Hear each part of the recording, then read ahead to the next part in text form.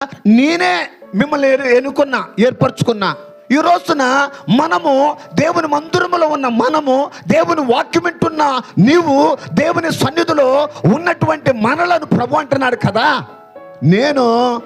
మీరు నన్ను ఏర్పరచుకోవాలా, నేనే మిమ్మలను ఏర్పరచుకున్నా. ఈరోజు నిన్ను నన్ను ఏర్పరచుకుంది ఎవరు? దేవుడే. ఎందుకోసమట? మీరు ఫలించాలి, మీరు అభివృద్ధి చెందాలి, మీ కుటుంబాలలో విస్తరణ కలగాలి, మీరు మంచిగా ఉండాలి, మీరు సమాధానంగా ఉండాలి, మీరు నా యొక్క పేరట ఇదిగో ఒక్కొక్క సాక్షులుగా నిలబడాలి అని నేను మిమ్మల్ని ఎన్నుకున్నా అని దేవుడే చెప్తున్నాడు ఆ మాట. దేవునికి స్తోత్ర. నేను మందిరంలో వస్తానని, ప్రార్థన చేస్తానని, అదిగో సాక్షిగా ఉంటానని, లేకపోతే రక్షణ పొందుకుంటానని, దేవుని బిడ్డగా ఉంటానని, ఎవరి కాలము రక్షణ పొందుకుంటానని అని నేను కూడా అనుకొని ఉండలేకపోవచ్చు. అది దేవుడు నిర్ణయం చొప్పున జరుగుతుంది. దేవునికి స్తోత్ర.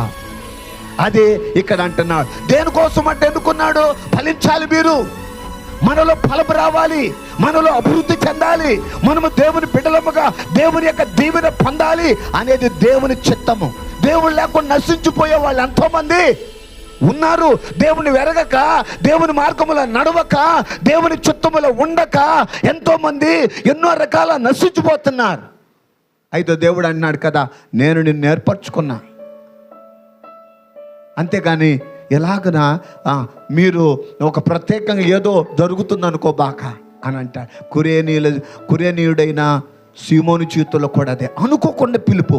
దేవుడు ఎవరిని ఎప్పుడు పిలుస్తాడో అందుకోసం ఆయన కార్యాలు కంటికి కనబడవని, చెవికి వినబడాలని, హృదయానికి ఎప్పుడు ఎవరి జీవితాలు ఏం చేస్తాడో ఎవరికి తెలియదండి.